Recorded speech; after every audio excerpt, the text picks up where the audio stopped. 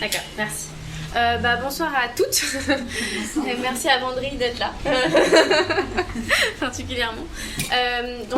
Vous êtes ici donc, au centre Tinius, qui est un centre d'art contemporain qui est donc basé à Montreuil, qui propose de nombreuses activités aussi pour la petite enfance, donc n'hésitez pas aussi à regarder leur site internet. Mais on est surtout ici à l'invitation du pôle petite enfance de Seine-Saint-Denis, que dirige Aurélie Jean, que je te laisserai présenter juste après. Et donc juste pour vous dire, nous on est Premier Cri, on est une association qu'on a cofondée avec Lisa Jacquet, qui est maître de conférences en psychologie développement. Et moi je suis designer et chercheur. Et on a cofondé cette association il y a à peu près 5 ans maintenant, et on mène des projets de recherche-action collaborative dans les lieux d'accueil du jeune enfant de 0 à 6 ans, que ce soit des crèches, des écoles maternelles ou des tiers-lieux culturels. Et donc aussi parfois on organise des événements comme celui-ci, donc on en a organisé pas mal dans notre courte vie d'association, et tous ces événements d'ailleurs vous pouvez les retrouver sur notre site internet, parce que justement comme aujourd'hui ce soir, tout est souvent filmé pour être ensuite rediffusé en ligne, parce qu'on sait bien que c'est pas toujours évident de se libérer pour être présente. Donc aussi merci de vous être libérée et de vouloir échanger avec nous ce soir. Aurélie, peut-être je te laisse présenter à la fois le pourquoi de l'événement et puis ce qu'est le POP 93. Aurélie Jean, je suis chargée de projet pour le POP, le pôle petite enfance. Donc nous, on est une association qui regroupe en fait un collectif d'acteurs qui se sont mobilisés pour réfléchir sur les problématiques de la petite enfance, particulièrement en Seine-Saint-Denis, donc sur le taux de couverture et d'offres d'accueil très faible, puisqu'on est à 32% d'offres contre 52% au niveau national et 75% à Paris. Donc nous, on a des actions en fait de développement de modes de garde. On accompagne notamment les porteurs de projets de maisons d'assistants maternels. Donc dans notre collectif, en fait, on a des experts qui sont à la fois experts dans la création de lieux d'accueil de jeunes enfants, mais aussi experts sur tout ce qui concerne les questions associatives. On travaille avec la Ligue de l'enseignement. On a également un financeur solidaire qui est France Active. Et dans notre collectif, il y a également un architecte et 2 sociologues qui réfléchissent sur les problématiques de parentalité et de coproduction. Du coup, le POP, c'est à la fois développer les modes de garde, mais aussi sensibiliser les habitants au métier de la petite enfance. On organise régulièrement des réunions d'information collective et des journées découverte métier, donc pour pallier au manque de vocation en fait qu'on constate tous les ans de plus en plus fort. Et pour finir, on a un autre champ d'action qui concerne la montée en compétence des professionnels de la petite enfance et notamment des professionnels de l'accueil individuel. Donc on a proposé d'organiser cette conférence dans le cadre d'un appel à projet du préfet de région. Et on est très heureux de vous accueillir aujourd'hui, et j'espère que cette conférence pourra être enrichissante pour vous et riche en réflexion. Je pense, les intervenants. Et aussi, merci Aurélie. Et puis pour compléter, vous dire que Vendry, c'est là aujourd'hui. Donc Vendry est designer et co-dirige une jeune start-up qui s'appelle Ovaum. Donc je laisserai à Vendry se présenter. Et Vendry sera là surtout pour la médiation et pour vous aider à poser vos questions. Peut-être Vendry, si tu veux te présenter. Enchanté. Donc effectivement, je suis designer et j'ai cofondé une jeune boîte qui s'appelle Ovaum, et en fait on a créé un dispositif musical pour permettre d'explorer la musique et le son par le jeu, et avec un point très développé sur la question de comment la musique peut avoir un impact positif sur les apprentissages, donc dans le développement de la lecture et le développement de l'écoute. Voilà, parce qu'il y a des transferts qui se font entre discrimination auditive et discrimination phonologique. Voilà. Et il y a un intérêt très fort pour sensibiliser les enfants à des accents, des sonorités qu'ils n'ont pas l'habitude d'entendre. Donc voilà. Donc il y a un impact là-dessus, et finalement on joue à faire de la musique, on joue avec la musique. Ensuite, pour ce soir et la partie médiation, normalement vous avez toutes reçu un programme. Et donc vous verrez qu'au milieu du programme il y a des petites lignes. Donc ma question c'est qui ce soir a un stylo? Voilà. Donc parfait. Mais j'ai donc 1001 stylos ici pour vous, donc je vous passerai des stylos. Et ensuite, l'idée, c'est que il y aura donc la première table ronde, ensuite un temps d'échange et la deuxième table ronde. Et pendant ce temps-là, vous avez reçu normalement avec vos programmes une petite carte. Et vous avez juste à envoyer un SMS avec vos questions, parce que comme on sait que parfois c'est pas tout à fait aisé pour tout le monde de prendre la parole, de parler devant des caméras, des micros, des choses comme ça, vous pouvez envoyer votre question par SMS et en fait après chaque table ronde, on partagera ces questions-là. Et puis pendant le temps calme entre les deux tables rondes, on sera dehors et disponible avec Marion si vous avez des questions ou si vous voulez approfondir quelques sujets. Voilà. Lisa, est-ce que tu veux rajouter quelque chose ? Non, je pense que j'ai hâte que ça commence, d'entendre la première table ronde. Ben voilà. Donc on va commencer avec la première table ronde et les premiers intervenants. Je vous laisse prendre la place.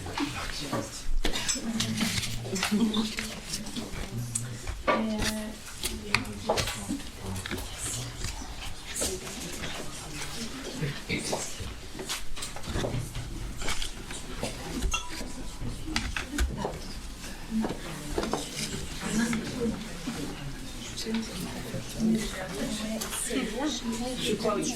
Moi j'avais pas fait ça. On est 4. Il y a Marion qui anime, mais sinon...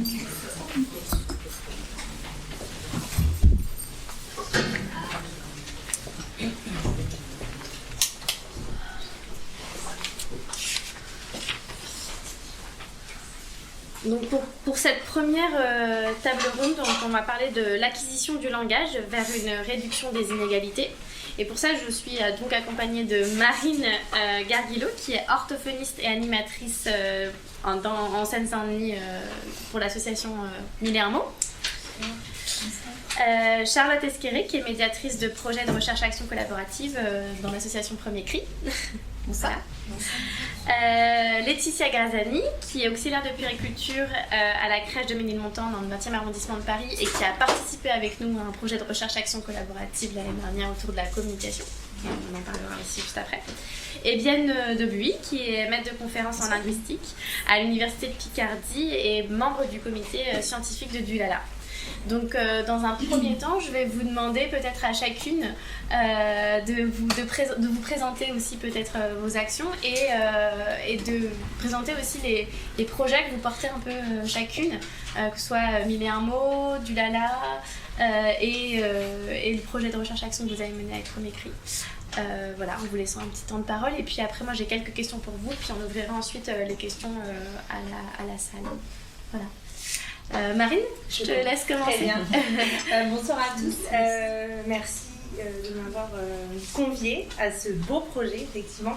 Donc, je suis Marine Garguilot. Moi, je suis orthophoniste dans le 93 à Livry-Gargan. J'ai toujours une activité mixte parce que j'ai fait d'abord de la recherche pendant longtemps à l'hôpital de Garches dans le 92. Et j'ai un cabinet effectivement où je pratique, j'ai des consultations d'orthophonie et j'ai également du coup rejoint depuis 2020 l'association 1001 mots qui est en fait une association d'accompagnement parental des parents de tout petits enfants, puisque nous, notre mission, c'est d'aider les parents à faire grandir le langage de leurs enfants avant l'entrée à l'école. Voilà, donc pour ça, on va leur envoyer des livres et on va les accompagner pendant 6 mois, justement avec donc c'est que des professionnels de la petite enfance qui vont envoyer des livres, qui vont appeler les familles pour leur proposer des activités. Voilà, nous on encourage beaucoup justement la stimulation langagière au quotidien. On sait qu'il faut multiplier les interactions avec les enfants. Et justement, pour répondre aussi à ce problème effectivement de mode de garde qui se présente notamment dans le 93, effectivement. Et pour répondre aussi à quelque chose que moi, j'ai beaucoup constaté en tant que professionnelle du langage, c'est-à-dire qu'aujourd'hui, concrètement, il faut plusieurs années pour avoir un rendez-vous chez l'orthophoniste. Voilà. Ceux qui sont concernés le savent, ce n'est pas un mensonge. Donc ça veut dire qu'on a des enfants qui sont déjà vulnérables, qui ne peuvent pas forcément avoir au sein de leur foyer des parents qui vont pouvoir les aider à améliorer leur langage.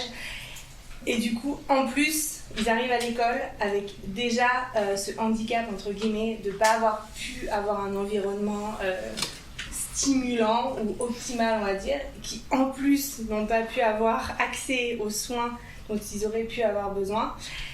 Donc du coup, nous, à partir de ce constat, on s'est dit, bon, bah, en fait, il faut être dans la prévention, il faut agir avant l'entrée à l'école.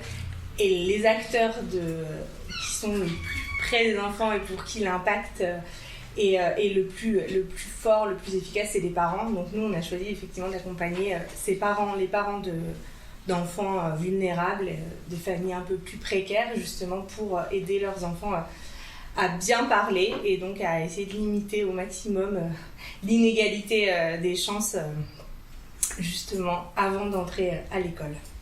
Voilà, c'est notre ambition à Mille et un mots et donc on a fêté nos 5 ans l'année dernière et on est très fiers.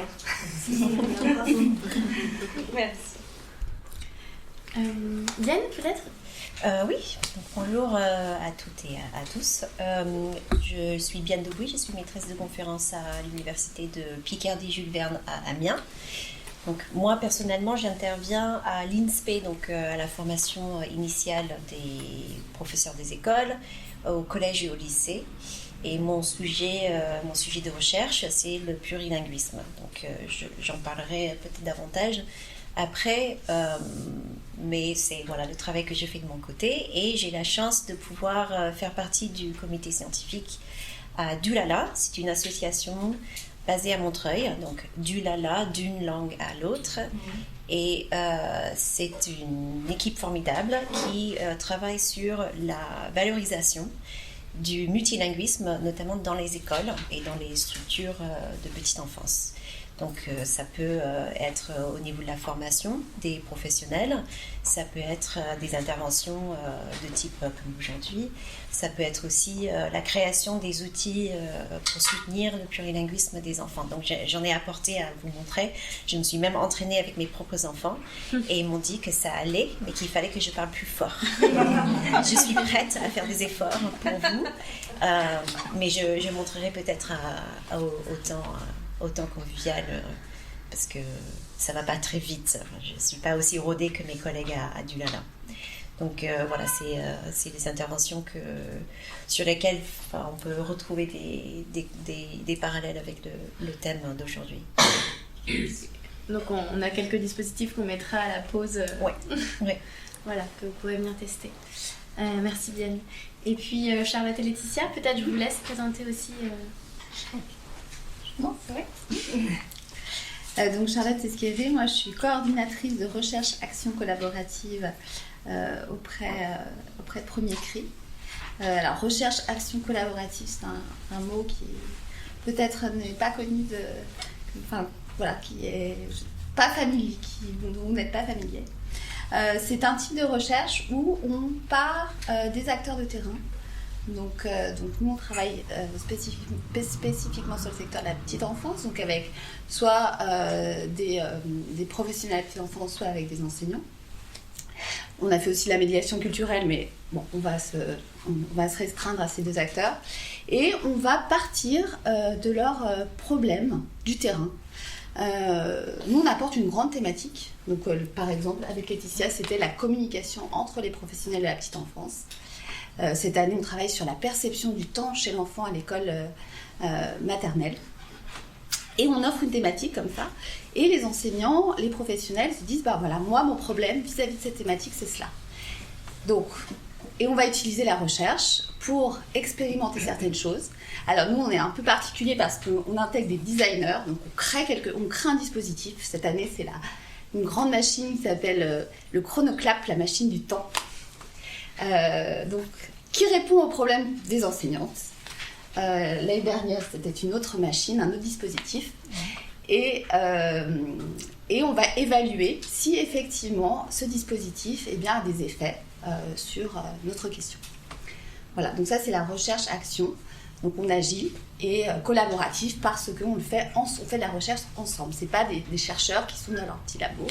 C'est très bien aussi, hein, mais... T'inquiète. Je suis sur le terrain, t'inquiète. Voilà. Et donc Laetitia a participé, a été co-chercheur, parce que donc Tout le monde est chercheur. Il n'y a pas que les scientifiques qui le sont. Les enseignants, les professionnels de la petite enfance sont des co-chercheurs. L'année dernière.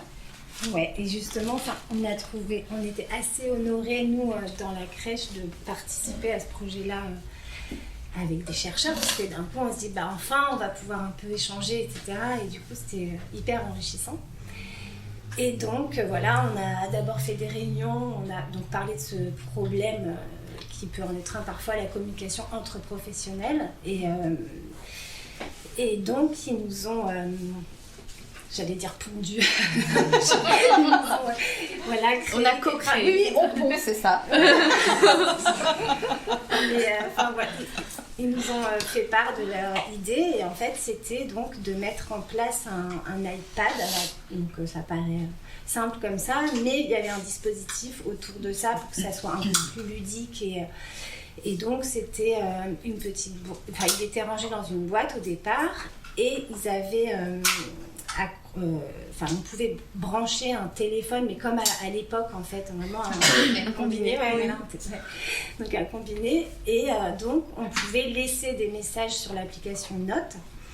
Donc, soit à l'oral, en disant, voilà, les filles, tiens, la maman d'Arthur cherche ses chaussettes, ce soir, j'ai pas eu le temps de les trouver, par exemple. Et donc, le matin, la fille consultait l'iPad et avait soit une note... alors c'était note vocale, mais ça écrivait dans Notes, donc elle pouvait que lire. Ah non, elle pouvait aussi, si on se filmait, voir la note, mais là en l'occurrence, voilà, elle pouvait lire. Et donc nous, on avait à la base un cahier de transmission interéquipe qu'on utilisait pas toujours. Et là, ce dispositif nous a permis, ça a rendu ça un peu plus ludique. Et donc on s'est un peu amusé parfois. Il y a la directrice le jour du carnaval qui avait laissé une petite vidéo déguisée en canard, enfin voilà. Ou alors, parfois, on pouvait aussi partager. J'avais fait une activité un jour et parfois, on n'a pas le temps de dire à ses collègues « Ah tiens, ça c'est rigolo, etc. » Donc là, j'avais fait une activité un peu rigolote et c'était en gros de la pâte à modeler et j'avais sorti les plumes de toutes les couleurs et puis simplement, voilà, les enfants s'étaient amusés à les piquer dans la pâte à modeler et ça changeait un petit peu. Et donc voilà, ce genre de petites choses qu'on pouvait partager et donc en vidéo, donc ça c'était sympa. Et puis ça a permis, si on parle du langage par exemple, il y a certains collègues qui sont pas hyper à l'aise à l'écrit et là le fait de pouvoir le dicter, ça notait voilà, le message sans qu'elles aient besoin de l'écrire. Donc ça, pour certaines, ça a été plus facile pour elles de communiquer. Et puis ça a soulevé des questions aussi au sein de la crèche. On s'est dit, on est quand même une structure où, dans la petite enfance, il n'y a pas beaucoup l'accès aux nouvelles technologies. Et voilà, on s'est dit, ce serait intéressant peut-être d'amener ça en crèche. Alors pas d'un point de vue extrême, parce que c'est bien aussi de communiquer à l'oral et puis tout ça. Mais on s'est dit, par exemple, on a toujours des postes CD avec des CD rayés, pourquoi pas avoir une enceinte connectée et puis avoir une bibliothèque beaucoup plus vaste que ce qu'on a à la crèche. Voilà, des choses comme ça. En tout cas, ça nous a fait réfléchir. Et puis là, par rapport au sujet de ce soir, je me dis aussi, certaines familles, parfois, on a du mal à communiquer avec elles. Et là, ça aurait pu être intéressant parfois d'avoir un traducteur parce que quand c'est de l'anglais ça va à peu près mais quand c'est des autres langues c'est compliqué parfois et du coup ça peut être intéressant de voilà donc c'était riche et puis on a été contents et honorés de travailler avec vous. Ouais, merci beaucoup Laetitia. Ce qui est intéressant dans ce que vous dites et ce que vous appuyez, c'est peut-être que cette question du multilinguisme, finalement, elle a à voir sous tous les angles. Il y a effectivement les langues qu'on parle à l'enfant, mais il y a les langues aussi qu'on parle aux autres, et que ça amène aussi d'autres sujets que sont la communication, les sujets aussi de retard de développement qu'on peut traiter, comment l'école peut permettre ou d'autres institutions d'y répondre, comment on peut aller vers le soin, etc. Et donc ce qui est intéressant, voilà, c'est que tout au cours de cette table ronde et même des suivantes, c'est vraiment d'ouvrir aussi des ponts et de se dire quelles questions, qu'est-ce qu'on amène comme ouverture dans les sujets qu'on aborde aujourd'hui, qui peut paraître hyper restreint, de fait de juste parler plusieurs langues. Non, en fait, parler plusieurs langues, ça amène plein d'autres sujets autour du développement de l'humain, et justement aussi dans cette ère numérique, voilà, ça apporte plein de questionnements. Et le premier questionnement que moi j'avais pour vous, et qu'on a un peu préparé cette table ronde, c'était justement pour vous, quels sont les liens qui sont indispensables ou possibles entre la recherche et le terrain, justement pour répondre à ces enjeux autour du multilinguisme. Donc je commence par toi, peut-être Marine, avec ce sujet aussi, tu es à la fois orthophoniste et à la fois tu as des actions avec l'association Millénaire.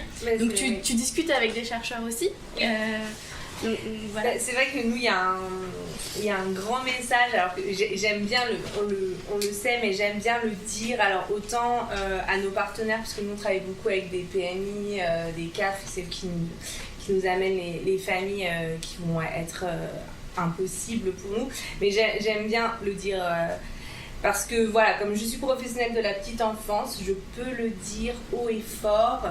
Les études prouvent qu'il n'y a absolument aucun lien entre une famille qui ne parle pas français et des difficultés dans l'apprentissage du français. Voilà, ça n'existe pas. Il n'y a pas de cause, il n'y a pas de lien. Moi, dans ma pratique, je n'ai jamais rencontré d'enfant qui ait plus de difficultés parce qu'il était issu d'une famille plurilingue ou même pas du tout francophone, c'est-à-dire qu'on sait qu'un enfant qui a été stimulé normalement dans n'importe quelle langue par ses parents est tout à fait capable d'apprendre le français ou la langue à laquelle il sera confronté quand il entrera à l'école avec ses pairs, parce qu'il aura eu justement une structure langagière, un lexique riche dans la langue maternelle. Il n'y a absolument pas de lien, c'est-à-dire qu'il y a des enfants francophones qui ont des retards de langage, qui ont des problèmes d'apprentissage de la lecture, et il y a des enfants effectivement plurilingues qui rencontrent les mêmes difficultés, mais ce n'est pas du tout un facteur favorisant, ni déclenchant, ni rien du tout. Alors, il y a eu beaucoup d'études là-dessus, mais je continue à le dire, et j'essaie de l'ancrer dans la tête des parents aussi, à qui on dit le contraire tout le temps. Alors je leur dis, n'allez pas à la guerre avec cet argument, mais gardez-le en vous profondément. C'est-à-dire que non, ce n'est pas parce qu'on parle une langue, sa langue maternelle, qui est différente de la langue du pays dans lequel on vit, qu'on donne à son enfant moins de chances de réussir. C'est faux. Voilà, c'est faux. On est tous là, on est tous d'accord ici pour le dire, mais j'aime bien, et je pense qu'il faut le dire et le redire, et parce que nous on a accès à ces recherches, on a accès à la vulgarisation de ces recherches parce qu'on est capable de faire quelque chose, mais aujourd'hui au contraire il y a des gens qui ne sont pas au courant, donc je pense que c'est pas quelque chose de malveillant. Aujourd'hui on dit pas aux parents pour les embêter de parler français, c'était vraiment une méconnaissance. Mais justement, il faut aussi déconstruire ça, et la déconstruction, elle passe par quelque chose de scientifique et de rigoureux, qui est de dire, moi, professionnel de la petite enfance, moi, orthophoniste, professionnel de la communication, j'atteste que non, il n'y a pas de lien entre plurilinguisme et trouble du langage, et je vais plus loin en disant, non, justement, au contraire, on sait que ça favorise une aisance cognitive, le développement de l'attention divisée, du passage d'une tâche à l'autre, que c'est une vraie richesse, que cognitivement c'est un atout.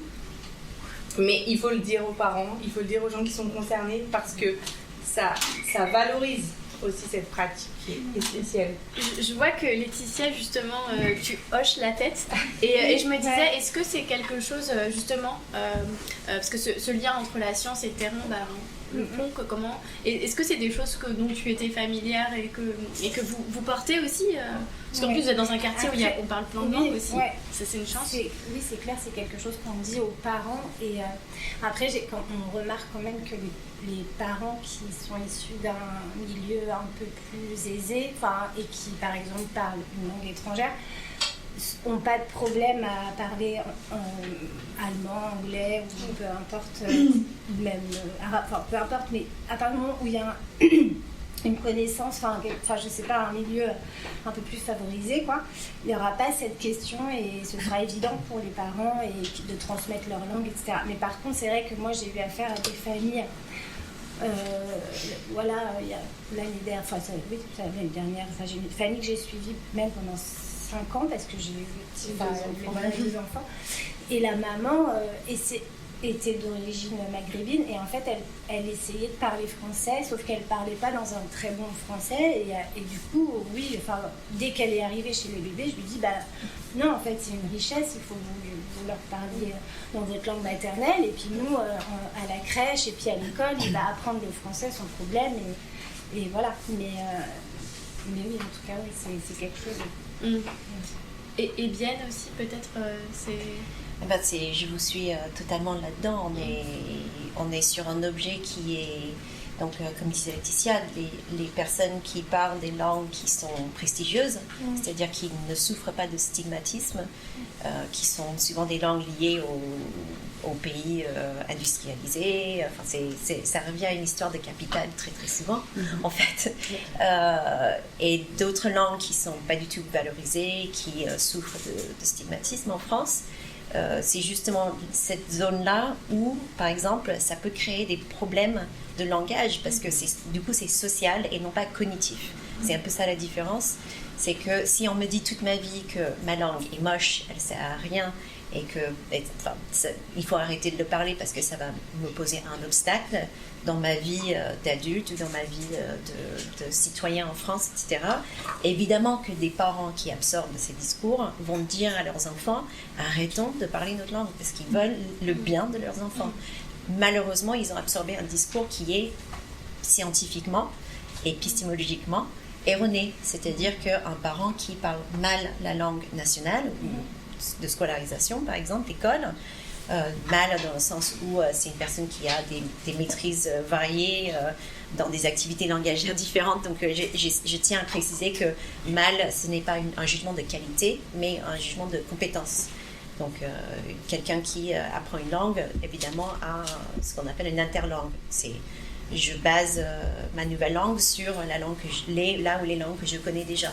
Donc je vais vers cette langue-là et j'aurai une interlangue entre-temps et peut-être un jour j'arriverai quelque part, mais tout ça est très flou de toute façon.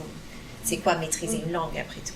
Donc ce parent-là devrait surtout parler la langue dans laquelle il se sent à l'aise, par laquelle il peut exprimer tout son amour, toute la complexité de la vie, du monde, avec son enfant. Et sur cette base-là, de bonnes bases de langage, donc, il faut séparer le langage et langue. Donc langage, c'est la capacité humaine d'ailleurs de pouvoir produire des langues qui sont le français, l'amazigh, le quechua, toutes les expressions du langage. Donc il faut bien séparer que mal parler français ne veut pas dire souffrir au côté langage. Donc on essaie de séparer ces deux côtés-là dans les approches qu'on prend. Et souvent, comme ce n'est pas des sujets qui sont très courants dans l'éducation publique, par exemple, on n'en parle pas. Justement, c'est là où j'essaie d'intervenir, j'essaie d'introduire ces notions et ces approches. On grandit avec le discours dominant. Donc le discours dominant, c'est il vaut mieux être monolingue quelque part. Il vaut mieux être monolingue francophone en France quelque part. Donc ça, c'est un peu le mieux. Après, on a commencé à se dire il faut peut-être apprendre l'anglais, il faut peut-être apprendre une autre langue, mais peut-être cette langue-là, de préférence une langue européenne. Il y a toujours le côté social, des choses à déconstruire aussi, qui va toucher à notre conception de ce qui est cognitif en fait. Donc si pour revenir à ta question sur le terrain, en tant que linguiste, moi je suis très très sensible au déséquilibre dans les représentations autour des langues. Je le vis d'ailleurs, je suis un enfant allophone, comme on dit dans l'éducation nationale, c'est-à-dire que j'ai grandi chez moi avec une autre langue, dans un pays où c'était pas la même langue, donc j'ai appris cette langue-là à l'école. Et après, adulte, j'ai migré en France. Donc moi, je suis pas française. Et du coup, je vis un peu les deux. Donc je parle une langue qui est très stigmatisée, plutôt stigmatisée, le vietnamien. c'est la langue de mes parents. Et je parle aussi anglais parce que je suis américaine, donc une langue prestigieuse. Et donc je vois totalement comment ces deux langues-là n'ont pas du tout le même statut. On me félicite de parler en anglais à mes enfants, on ne me félicite pas de parler en vietnamien avec mes enfants. Donc ça, et tout ça dans un seul vécu, avec d'une personne. Donc c'est très intéressant parce que c'est le vécu de plein de monde en fait. Et on n'en parle pas beaucoup. Pardon, oui, je voulais rebondir aussi parce que là, à la crèche, on a une famille de parents. La maman est anglaise et le papa est allemand. Et en fait, récemment aussi, il y a quelque chose dans les transmissions, alors vraiment de parents à professionnels, où parfois je sens qu'il y a il y a quand même un blocage parce que les parents parlent français, mais voilà, ils ont encore un peu du mal à comprendre et à s'exprimer. Et parfois, il y a un truc aussi de un peu sauver les apparences, enfin en tout cas dans cette famille, comme ils veulent s'intégrer, parler français, donc ils parlent allemand et anglais à leur fille, et ils trouvent ça génial, mais par contre avec nous dans les transmissions, parfois moi j'ai fait des transmissions à ses parents, où la maman, je lui dis quelque chose, par exemple elle n'a pas très bien dormi aujourd'hui, elle me dit ah super, et du coup je dis non, du coup elle n'a pas, et en fait plutôt parfois de me dire là j'ai pas compris, et en fait il y a quelque chose de voilà un peu, elle s'adapte beaucoup, et je trouve que c'est alors qu'elle des fois je suis pas sûre qu'elle ait tout compris, mais comme elle fait mine d'avoir tout compris, j'ose pas non plus lui dire mais vous êtes sûr vous avez compris, et voilà, il y a un truc aussi finalement avec les familles qui ont aisé, qui ont peut-être aussi on a des choses aussi à travailler avec elles. Donc en fait la communication entre vous, entre professionnels, et la communication avec les parents, il y a aussi du travail à faire sur cette question du multilinguisme, parce que moi je me souviens aussi dans cette recherche qui avait été très forte aussi, c'était des professionnels de petite enfance qui avaient énormément de mal à l'écrit et qui n'osaient pas non plus écrire dans le cahier de transmission, et qui nous ont dit en fait le fait de pouvoir enregistrer des messages vocaux, ça m'a débloqué quelque chose et je me suis réapproprié cet outil.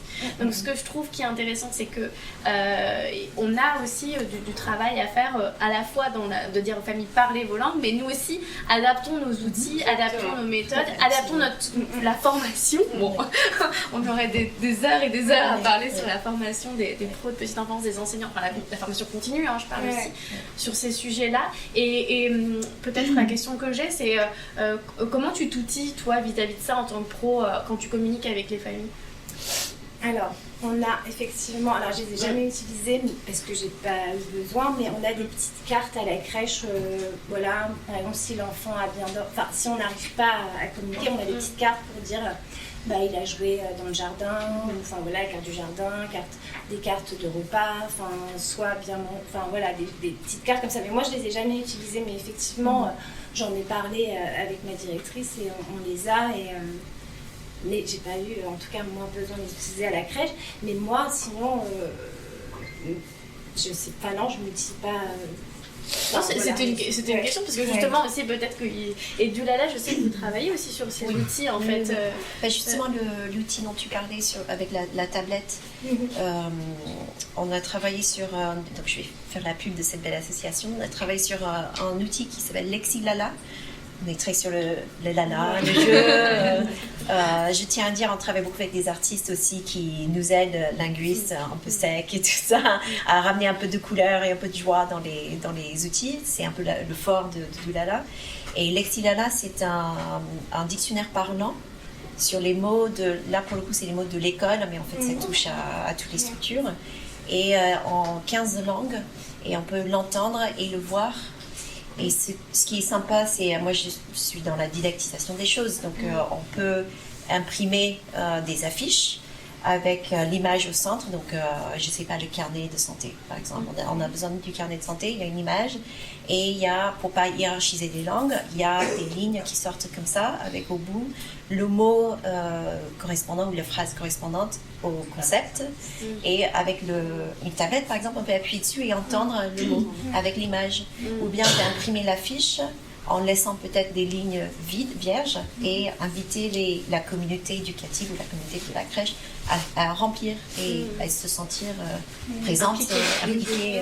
Donc il y a toujours ce côté outil, mais qui implique un peu tout le monde et qui met, donc nous à l'école, pour la plupart, les outils qu'on utilise, ça ressemble pas mal à ça, des tablettes, des outils qui sont très personnalisés et qui vont désinhiber l'écrit en laissant la possibilité de passer à l'oral, ou bien en laissant la possibilité pour les plus grandes d'écrire dans 2 langues ou plusieurs langues, s'ils peuvent écrire dans plusieurs langues, ou faire des dictées aux adultes, par exemple, dans plusieurs langues aussi.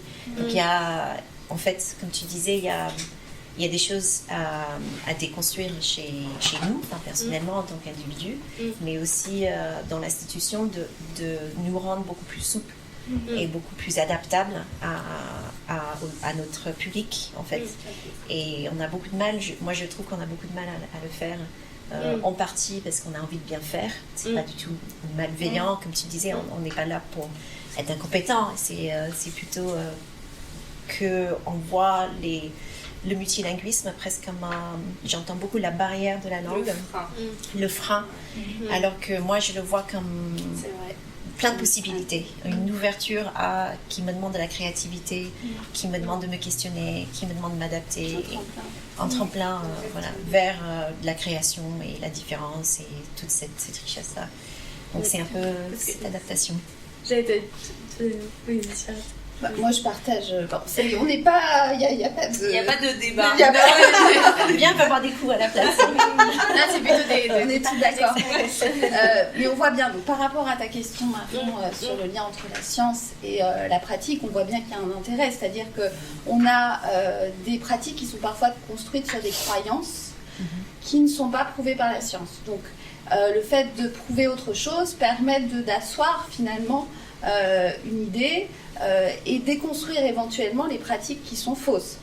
Toutefois, c'est pas facile, même si on a des arguments scientifiques, ce n'est pas facile de déconstruire ces croyances. C'est pas parce que là on va vous dire voilà, c'est comme ça, la science le dit, mais vous à l'intérieur il y a des choses qui se passent. Et par exemple, les professionnelles, elles peuvent avoir des pratiques qu'elles mènent depuis 10 ans, 15 ans. Alors, même si on leur dit, bah oui, vous savez que, en fait, peu importe, le plurilinguisme n'affecte pas les compétences de l'enfant. Oui, mais moi, je fais ça depuis 15 ans. Donc, vous voyez, ça vient toucher des choses. Les parents, c'est la même chose. Les parents qui sont vietnamiens, par exemple, oui, vous êtes bien gentils, mais l'anglais, moi, je vis la ségrégation, je vis les difficultés sociales. Donc, comment déconstruire quelque chose qui est intégré ? Et là, je viens faire un peu la publicité, la recherche-action. C'est parce que par la recherche-action, par ce processus où on fait de la recherche avec les personnes, eh bien, ça permet de déconstruire progressivement. Parce que je comprends ce processus, je me pose une question, je vais l'expérimenter, je vais le tester, et je vais voir qu'en fait, eh bien, ma question, la réponse que j'envisageais, eh bien, elle ne se confirme pas. Voilà. Et je vais même aller plus loin, c'est parce que aussi la démarche qu'on avait, c'était aussi de se dire qu'on allait aussi s'appuyer sur l'expertise de ces professionnels pour les faire rentrer dans la recherche scientifique. C'est-à-dire comment ces savoirs, ce qu'on appelle nous des savoirs expérientiels, on vient les intégrer finalement au projet de recherche. Donc ça veut dire qu'ils ont aussi leur place, c'est-à-dire des savoirs qu'on pratique au quotidien, au-delà même des croyances. Qu'est-ce que je fais ? Quel est mon emploi du temps ? Qu'est-ce que j'ai comme marge de manœuvre pour faire? Et je vois bien qu'en plus quand je fais ça marche, mais et ça en fait on peut aussi se les partager d'un établissement à un autre, et c'est pour ça aussi qu'on encourage beaucoup sur ces sujets là, et c'est pour ça que je suis contente aussi de cet événement, c'est à partager en fait d'un établissement à l'autre, d'une équipe de recherche à une autre, d'une discipline à une autre. On peut aussi avoir en fait des choses en commun, et donc ces choses en commun, comment on les valorise pour en parler et les partager comme on le fait aujourd'hui. Et justement, j'allais dire aussi, c'est ça, parce que moi il y a beaucoup de résonance dans ce que vous dites, parce qu'effectivement, moi je fais partie de l'équipe vraiment opération, donc terrain de Milano, donc j'appelle les familles, je les rencontre lors des ateliers. Et alors moi très souvent quand je rencontre des médecins de PMI voilà, avec qui on travaille, parce que j'ai aussi cette petite mission d'aller vers nos partenaires, ils me disent oui mais alors nous on a énormément de familles qui parlent pas français, comment est-ce que vous faites? Parce que nous c'est vrai que notre programme il est vraiment basé sur le fait qu'on appelle, qu'on envoie des petites activités, on envoie des livres. Alors déjà on essaie d'envoyer de moins en moins de livres avec du texte.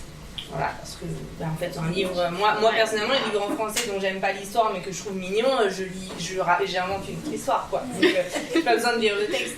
Et on se pose toujours cette question, mais nous on n'inscrit pas les familles, et en fait à un moment on s'est dit ok, on va essayer, on a dit inscrivez tout le monde et on va voir. Parce qu'en fait déjà, si on part du principe que c'est un frein, déjà le mot est effectivement péjoratif, hein, voilà. Et ben on va pas. Et en fait, on s'est rendu compte qu'on n'avait pas plus de difficultés pendant les appels avec des familles qui parlent très peu français, parce que en fait finalement eux, ils arrivent à s'emparer de leur côté. Ils ont la belle-sœur, la cousine, quelqu'un qui va traduire. Peut-être qu'ils ne comprennent que quelques éléments du message. Et en fait ils arrivent à en faire quelque chose. Et moi je trouve insupportable de partir de ce postulat qu'en fait ça ne va pas marcher ou qu'on va pas réussir à communiquer, mais en fait du coup c'est à moi qui a un message à faire passer. Donc en fait le frein il vient forcément que de nous quoi. C'est-à-dire qu'à un moment moi j'ai dit du coup on fait des appels WhatsApp, on fait du FaceTime et puis en fait on parle avec les mains, enfin je veux dire quand on va à l'étranger et qu'on parle pas on arrive toujours à se faire comprendre et il y a quelque chose qui se passe. Ça veut dire qu'on va dire aux parents, parce que sinon ça veut dire qu'on dit aux parents non vous voyez là même pour aider votre enfant vous êtes pas, on va pas pouvoir. Et en fait les familles elles sont hyper demandeuses et c'est ce que tu disais bien, je pense qu'en plus on a tous de déconstruire nous le joli script qui est bien écrit, qui va bien. En fait il faut qu'on accepte nous aussi d'utiliser peut-être du lexique plus simple, qui est moins prestigieux pour nous, mais qui en fait est notre outil de communication, parce que la langue elle ne sert à rien d'autre qu'à communiquer à ce moment-là en fait.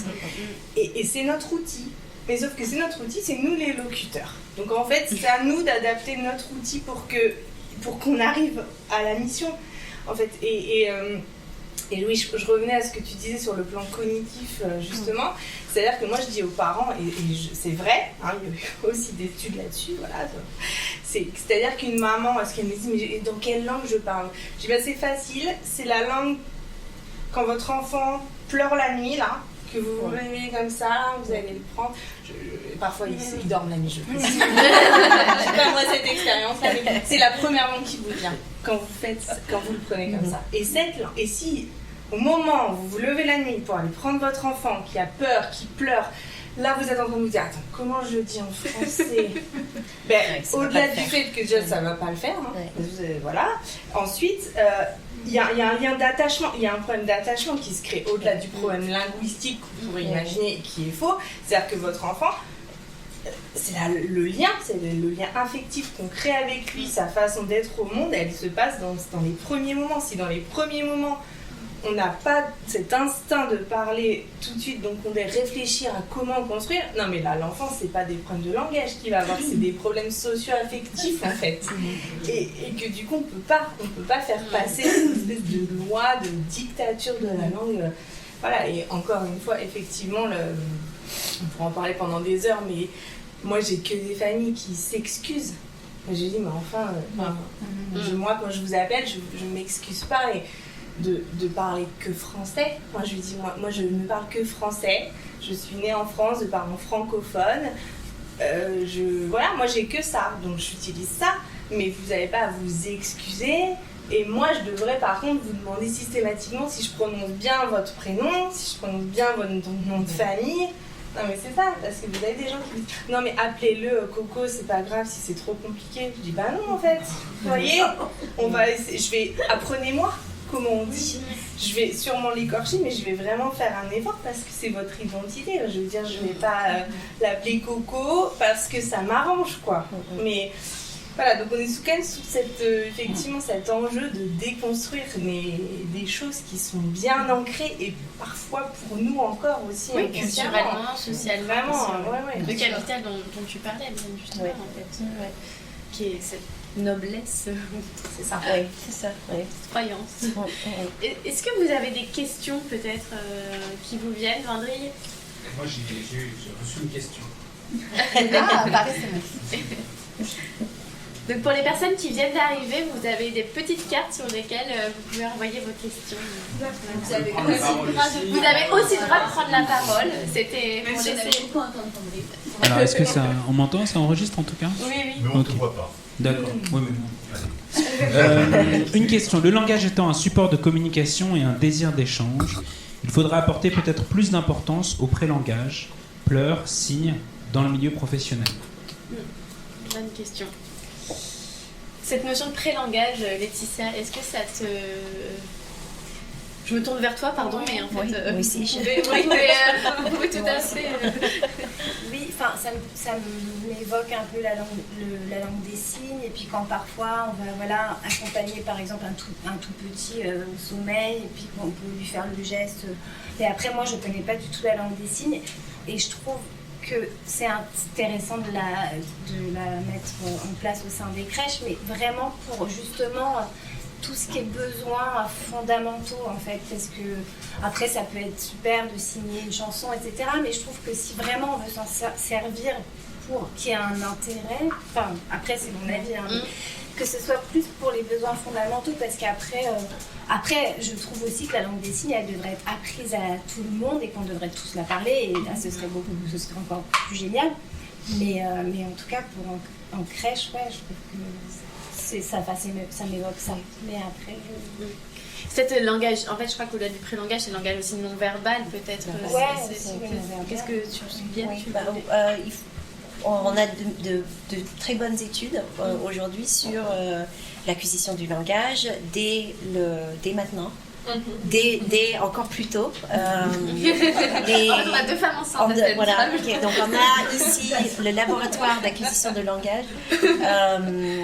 Ils ont fait des études sur plein de langues différentes qui ne sont pas du tout apparentées. Des bébés qui en fait pleurent en suivant l'intonation de la langue de leur mère. Donc en français, on a plutôt une intonation qui monte à la fin des phrases. Donc les enfants pleurent en montant. Et en allemand, ça descend. Et c'est aussi dans d'autres langues non européennes aussi. Je ne peux pas citer l'étude comme ça, c'est pas vraiment mon domaine. Mais j'ai pu assister à des démonstrations et des conférences là-dessus. Le fœtus, et dès la naissance, il discrimine entre ça c'est la langue que je devrais cibler, c'est les sons qui sont importants pour moi, et tout ça c'est du superflu, je peux lâcher, je peux ne pas. Donc les bébés, les fœtus et les bébés sont des scientifiques qui par observation, hypothèse vont tâtonner pour acquérir le langage bien avant qu'ils puissent le verbaliser. Donc, pareil pour la didactique de langue étrangère, par exemple, on a une longue période de non-verbalisation où on va comprendre bien, même, mais pas pouvoir produire si on est dans ce type d'apprentissage un peu classique des choses.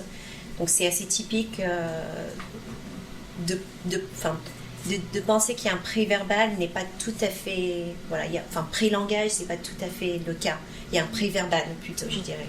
Donc le pré-verbal est très intéressant, mais justement le pré-verbal, on parle du fait de vraiment stocker cette période-là d'une richesse de langue, et pour créer une richesse de langage à cette période pré-verbale en fait.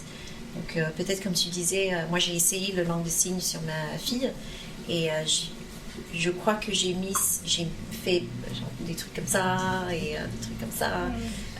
Oui, non, maman, papa, pendant 6 mois ou 1 an, avant qu'elle puisse vraiment, je crois vers les 9-10 mois, elle a commencé à faire des signes, mais c'était vraiment des choses très très basiques. C'est manger, encore, gâteau, oui, lait, enfin moi je suis... Oui. Merci. Vous avez une autre question? On peut intervenir? Oui, bien sûr. Merci, c'est gentil. On est très curieuse de vous mettre ici. Alors bonsoir, c'est très riche tout ce qu'on entend. Je me présente Isabelle Ribas. Je suis une des présidentes de l'association Maman Rêve d'enfant, dont j'exerce mon métier d'assistante maternelle avec Cathy et Daphné. Et nous sommes très heureuses. Et nous sommes Voilà, depuis 8 ans dans cette nouvelle aventure entièrement dédiée aux enfants de 0 à 3 ans. Et on travaille avec la protection de maternité enfantine. C'est vrai que c'est très intéressant parce que nous sommes, bon, ça fait un petit moment qu'on signe avec les enfants tout en verbalisant, et ça c'est important. On n'a pas accueilli encore des enfants qui ne parlent pas ou sourds-muets, mais c'est intéressant dans le sens où la communication, elle existe déjà avant la verbalisation. Donc effectivement, on peut commencer à faire participer les enfants aux petites règles de vie, à exprimer leurs envies, et voilà, leur joie, content. Donc on fait plein de choses autour des émotions, avec le petit loup qui est content, au triste, au fatigué, et pour aller dormir, les tétines, les demander. Donc avant, c'est ça l'intérêt pour nous, donc de communiquer avant même la verbalisation. Mais sinon, je voulais aussi vous féliciter parce que ça me fait énormément plaisir d'entendre cette richesse de tout ce qui se passe autour des outils que vous mettez en place qui concernent toujours l'enfance. Ça fait du bien de voir des professionnels très investis. Merci. Merci. Voilà. Je peux passer. Il y a une autre question derrière. Merci. Moi, c'est pas une question, je voudrais rebondir aussi sur toutes ces choses qui sont mises en place autour en soi aussi. Vous voulez vous présenter aussi? Ah, pardon, je m'appelle Christelle et je suis. En fait, excusez-moi, le micro allô. Il enregistre juste. En fait, il enregistre pour la caméra, mais voilà. Donc moi, je suis Christelle Caral, je suis responsable d'un relais petite enfance, donc je travaille avec les assistants maternels depuis quelques temps en fait. Où ça? À Saint-Ouen-sur-Seine. D'accord. Voilà. Moi, je pense qu'en fait, le premier lien qu'on peut faire, c'est vraiment l'intention qu'on porte à l'accueil de l'enfant pris. Enfin, voilà, comment on lui porte de l'intérêt, comment on communique avec lui, que ce soit par le non-verbal, que ce soit aussi par ses manifestations, que ce soit aussi par le regard, ça c'est hyper important en fait. Et cette considération, elle accroît en fait le langage et elle donne aussi une certaine sécurité, une confiance aux enfants qui après vont leur permettre aussi de pouvoir socialement s'intégrer, socialement être intégrés dans le groupe, parler avec leurs congénères et tout ça, quand bien même ils sont tout petits en fait. Donc il est vrai que la langue des signes c'est bien, mais je trouve que ça rentre dans un cadre où ça peut être un peu enfermant, enfin pour moi je pense, plutôt que d'être dans le lien avec les gens. Et même dans le lien avec des gens qui ne parlent pas forcément notre langue. Comment on les regarde quand on leur parle? Comment on les accueille? Est-ce qu'on est toujours linéaire? Est-ce qu'on est toujours dans le sourire? Est-ce qu'on est dans la considération, en fait? Et ça permet aux gens de lâcher prise et d'avoir une réelle relation et d'être dans cette transmission où, justement, on avance en se disant que la différence, nous fait pas peur, mais elle nous rassemble, en fait. Je crois. C'est plus dans ce cadre-là, sur la non-verbalisation, voilà. Le premier lien, la première communication, c'est le regard, en fait, que l'on porte aux gens. Et aux tout petits aussi. Merci. Est-ce que vous voulez rebondir sur ce qui vient d'être dit? Je suis tout à fait d'accord avec toi. Et c'est vrai que j'ai remarqué aussi chez les tout petits bébés, ils adorent quand ils commencent à babiller et à faire des petits sons, les premiers sons qu'ils font. Quand on les imite et qu'on discute avec eux leur langage, en fait, je trouve que, moi j'ai remarqué que les bébés adoraient ça. Alors, voilà, en tout cas, quand moi un enfant me dit ba ba ba par exemple et que je lui réponds ba ba ba, en fait il est super content et du coup je trouve que ça c'est aussi important de parfois se mettre vraiment à leur hauteur et ça j'aime bien. Et juste je voulais rajouter par rapport tout à l'heure, j'avais par rapport aux outils aussi qu'on met en place à la crèche, ça peut des fois donner des idées et je trouve ça intéressant. On a fait un arbre des bonjours et du coup toutes les familles écrivent bonjour dans leur langue et au revoir. Et aussi on a un truc avec les parents, un échange, c'est partage ton talent. Et en fait il y a beaucoup de parents qui sont venus soit chanter des chansons en russe, raconter des histoires en italien, voilà, il y a eu pas mal d'échanges comme ça autour du langage et ça c'était pas mal aussi. Si je peux faire écho donc on parle d'accueil en fait, quand on parle du bien-être social, c'est aussi sur la question de l'accueil. Je pense que c'est ça en partie le thème. Et l'accueil, c'est inclure ce que sont les autres, en fait. On n'arrive pas dans un vide parce qu'on est dans une institution quelconque, on est quand même nous-mêmes. Et ça vaut pour les parents et pour les enfants.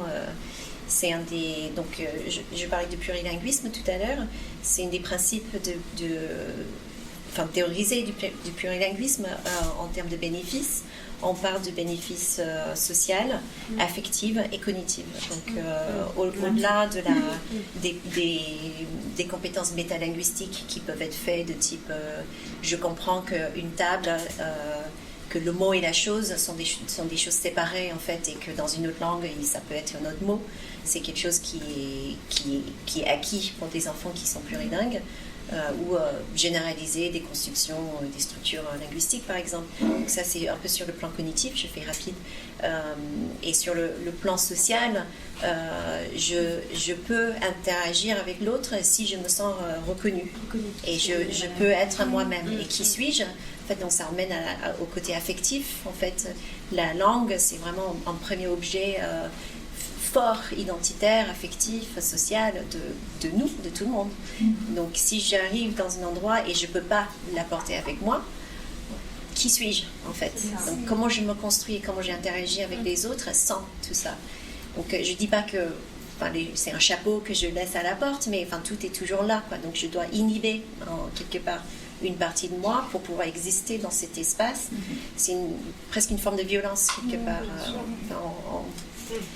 Et pour répondre, pour rebondir sur ce que tu viens de dire, et j'ai une petite ouverture, mais alors je sais pas parce que j'ai l'impression qu'il faudrait 2 tables rondes, mais c'est sur la question du genre, sur la façon dont on s'adresse à un petit garçon ou à une petite fille, le nombre de mots employés, le nombre de les mots aussi employés, le ton employé.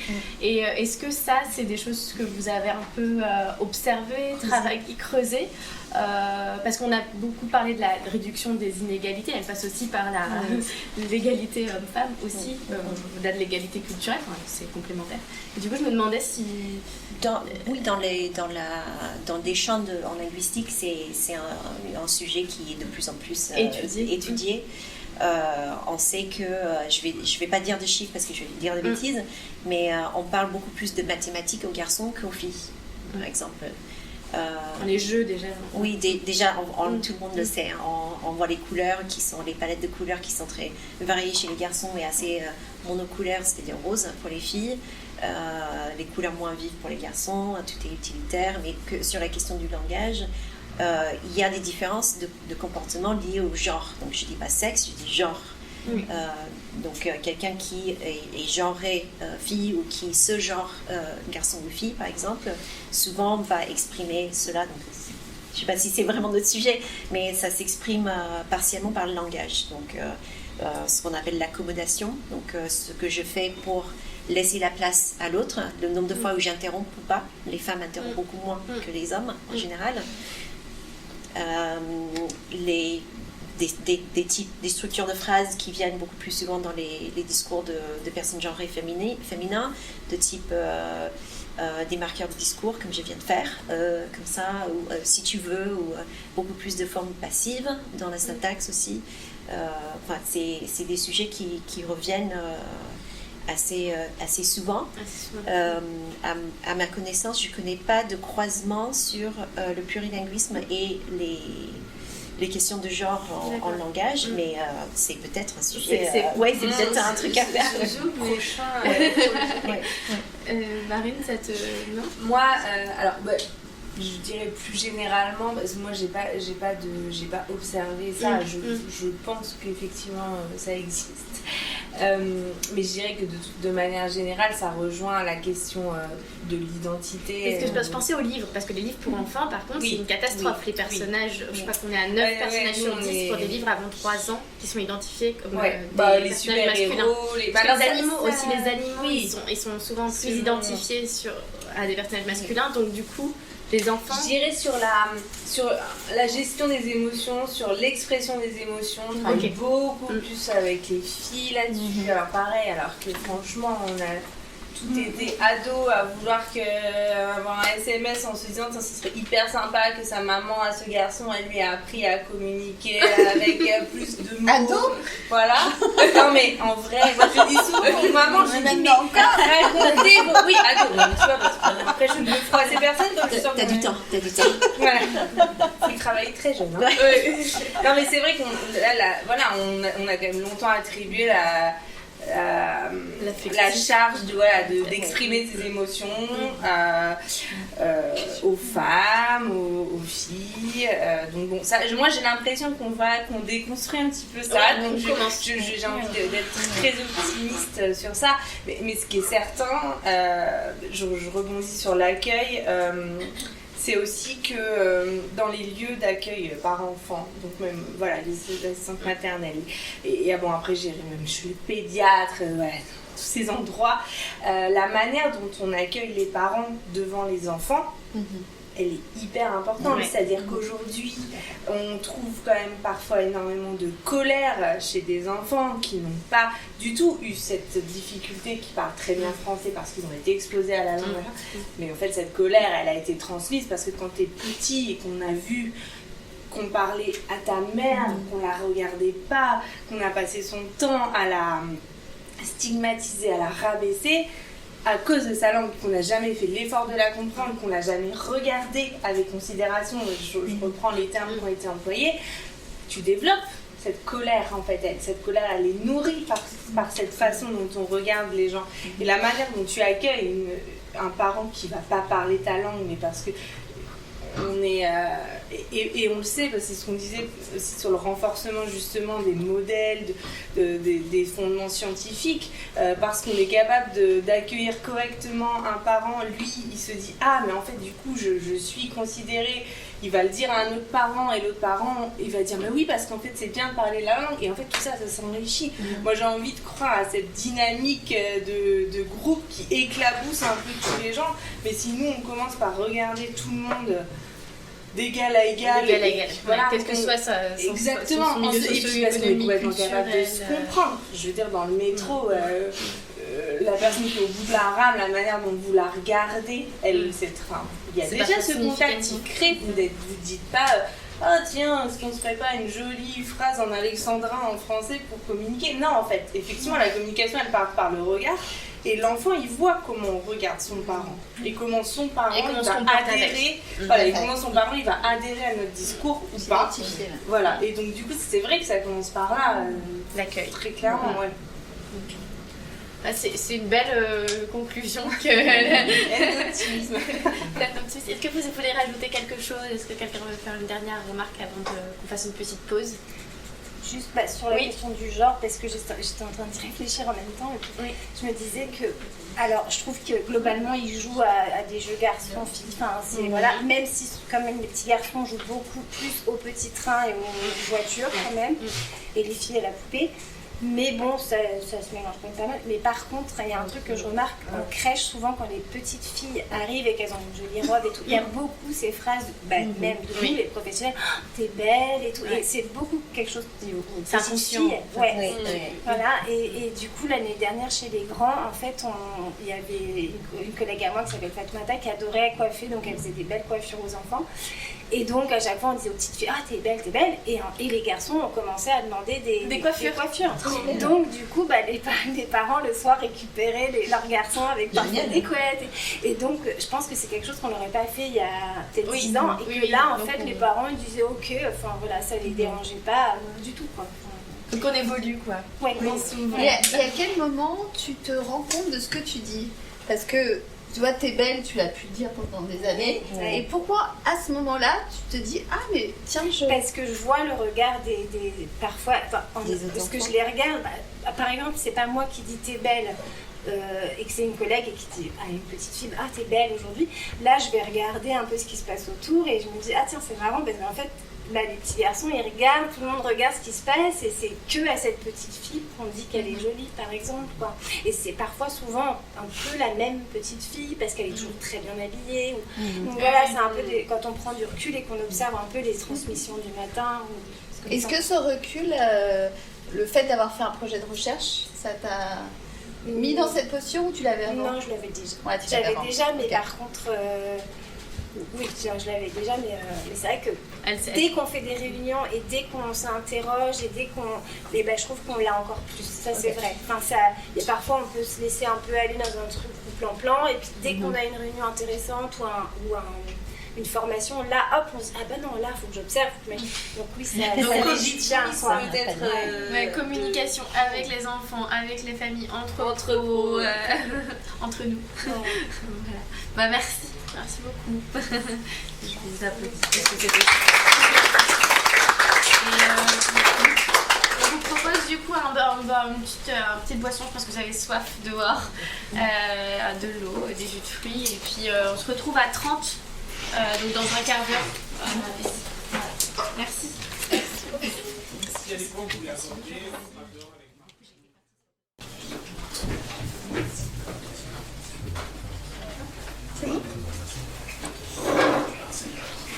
Si ça vous va, on va reprendre pour la suite de cet événement. Donc on a une deuxième table ronde où on va continuer à discuter de cette grande thématique qui nous intéresse ce soir, mais sous un angle un petit peu différent. Donc cette deuxième table ronde est intitulée « Accessibilité des lieux d'accueil du jeune enfant, une question de langage ». Et on a pour ça 3 intervenantes. Je vais vous les présenter très brièvement, puis après je vais vous laisser la parole à chacune pour vous représenter. Donc nous avons avec nous Léa Auriol, qui est fondatrice de Fable Lab, qui est une association culturelle qui travaille sur les questions de langue et de langage et sur l'accès à l'écriture, à la lecture. Donc voilà, Léa pourra vous en dire un petit peu plus. Lodine Carboutia, qui est actuellement doctorante à Sciences Po et qui est rattachée au laboratoire l'IEP, je ne sais pas, l'IEP, et qui travaille précisément sur la question qui nous intéresse ce soir de l'accessibilité des lieux d'accueil du jeune enfant. Et Claire Chapelle, qui est éducatrice de jeunes enfants de formation, qui est en direction d'établissement depuis 2014, c'est ça, et qui a un projet de création d'une MAM. Voilà, donc je vous laisse peut-être chacune présenter un petit peu vos parcours, vos projets. Si ça te va, Léa, on peut commencer par ce que tu nous présentes Fable Lab. Allez. Bonsoir, Fable Lab, c'est une association, on est présent en Seine-Saint-Denis et en Auvergne. Et donc nous on travaille sur l'émancipation par l'expression, donc être plus libre face à la lecture, à l'écriture, aux langues, voilà. Et en fait on va avoir toute une partie de médiation culturelle et toute une partie de médiation linguistique, donc chercher justement à comprendre en quoi le français et les langues peuvent être des freins ou des opportunités pour accéder à certains services, au travail, aux loisirs, à la formation, etc. Et on est là ce soir parce que depuis 2019, on travaille sur un sujet très spécifique qui sont les langues dans le métier d'assistante maternelle. Donc on a fait aussi une recherche-action, comme ce dont parlait Lisa et Marion, et donc ça c'était à l'échelle de la Seine-Saint-Denis. En fait ce qu'on a cherché à comprendre, ça partait d'un constat, celui qu'il y a de moins en moins d'assistantes maternelles, de plus en plus de demandes, voilà, un peu compliqué, que c'est de plus en plus compliqué aussi d'accéder au métier, notamment par rapport au français, les exigences à l'écrit, à l'oral. Donc on a fait un peu le point là-dessus, et on voulait aussi voir les langues parlées par les assistantes maternelles, comment est-ce qu'on pouvait les mettre en valeur, parce qu'en fait, est-ce qu'elles le sont valorisées? Pas forcément. Est-ce qu'elles devraient l'être? Certainement. Donc voilà pourquoi on est là. Et voilà. Bien. Claire, est-ce que tu veux présenter ton parcours, tes projets?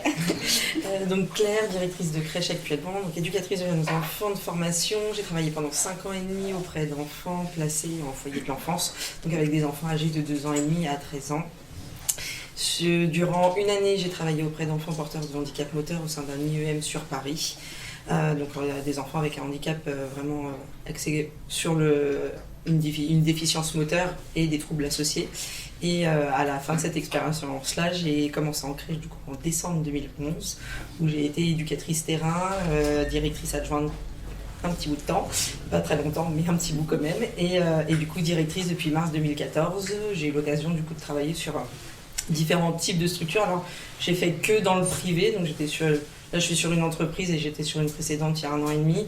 Mais du coup, avec l'avantage de pouvoir accéder à différents types de structures au sein de l'entreprise, avec alors ce qu'on appelle nous vulgairement les DSP, donc les délégations de services publics, donc les crèches qui appartiennent aux villes et dont la gestion est déléguée à l'entreprise. J'ai fait de l'inter-entreprise pure, où là du coup ce n'était que des entreprises qui réservaient. Et ce qu'on appelle aussi les crèches mixtes, où il y a à la fois des places de la ville où est implantée la crèche, et des places réservées par du coup les entreprises environnantes et pas forcément toutes localisées dans la ville. J'ai fait différentes tailles de structures, donc de 13 berceaux à 60 berceaux en tant que directrice, 76 en tant qu'éduc terrain. Voilà, ça fait un panel d'expérience. Et donc là, je suis sur une crèche à Saint-Germain-en-Laye, une crèche de 55 berceaux en délégation de service public. Et donc effectivement, depuis mon départ de la précédente structure, bon, ça faisait un petit moment que j'avais le projet, et puis il y a eu une opportunité au travers d'une discussion avec 2 professionnels avec qui je travaillais, qui étaient aussi sur un projet d'ouverture de MAM. Et donc du coup, on s'est mis ensemble pour effectivement monter le projet. Donc le projet est en cours, on attend le 2e rendez-vous avec une ville. Et donc on attend que potentiellement ça puisse se faire sur 2023-2024. Donc voilà. Je croise les doigts. Merci. Gaudine, je te laisse présenter le projet.